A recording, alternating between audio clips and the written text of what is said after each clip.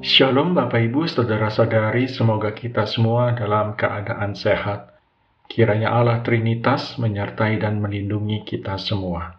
Firman Tuhan pada hari ini diambil dari Injil Lukas, pasal 22 ayat 31 dan 32. Simon, Simon, lihat, iblis telah menuntut untuk menampi kamu seperti gandum. Tetapi aku telah berdoa untuk engkau, supaya imanmu jangan gugur. Dan engkau, jikalau engkau sudah insaf, kuatkanlah saudara-saudaramu. Berbahagialah setiap orang yang mendengarkan firman Tuhan dan memeliharanya. Bapak Ibu, saudara-saudari yang dikasihi oleh Tuhan Yesus Kristus, bagaimana dengan 10 murid-murid Yesus yang lain? Ini tidak termasuk Yudas, Bapak Ibu. Iblis akan menampi mereka juga. Iblis ingin meremukkan Simon Petrus dan murid-murid Yesus lainnya seperti biji gandum. Iblis berharap dia hanya menemukan sekam dan meniupnya. Tapi apakah Tuhan Yesus berdoa untuk mereka? Ya, Tuhan Yesus melakukannya, Bapak Ibu. Tetapi Tuhan Yesus tidak meminta kepada Bapa untuk menjaga iman mereka dengan cara yang sama seperti dia menjaga iman Petrus. Bapak Ibu, saudara-saudari, Tuhan mematahkan kesombongan dan kepercayaan diri Petrus pada malam itu dalam rasa sakit akibat ayakan atau tampian si iblis. Tetapi Tuhan Yesus tidak membiarkan Petrus pergi. Tuhan Yesus membalikkan dia dan memaafkannya dan memulihkannya dan memperkuat imannya. Tuhan Yesus meyakinkan Petrus bahwa imannya, meskipun akan goyah, tidak akan hancur. Imannya akan diperbarui. Dan setelah itu, Bapak Ibu saudara-saudari, misi Petrus sekarang adalah untuk memperkuat 10 murid Yesus yang lain.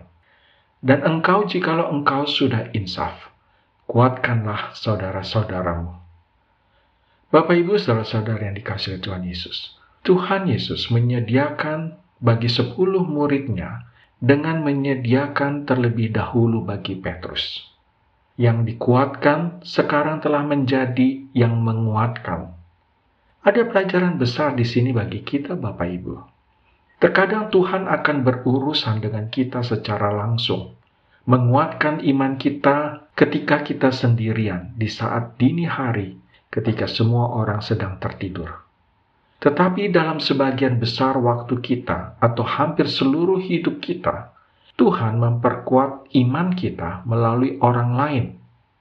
Tuhan mengirimkan kepada kita beberapa Simon Petrus yang hanya membawa firman kasih karunia yang perlu kita pegang dalam iman. Seperti beberapa kesaksian tentang bagaimana Mazmur 30 ayat 6 berbicara.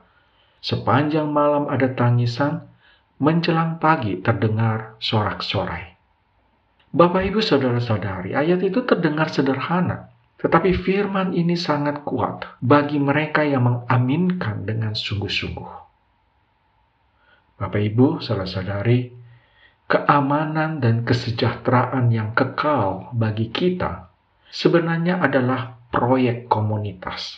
Atau kita dapat katakan bahwa itu adalah proyek dari banyak orang yang terlibat. Itu adalah proyek kita bersama, Bapak Ibu saudara-saudari. Setiap kali Tuhan menyemangati hati kita dengan janji bahwa dalam penampian atau pengayakan atau penyaringan si iblis, iman kita tidak akan gagal. Karena itu, Bapak Ibu saudara-saudari, ambillah dorongan untuk semangat dan kuat itu yang diberikan Tuhan. Dan perbanyak sukacita kita dengan menggunakan dorongan itu untuk menguatkan saudara-saudari kita dengan kekuatan yang sama ketika kita dikuatkan. Amin.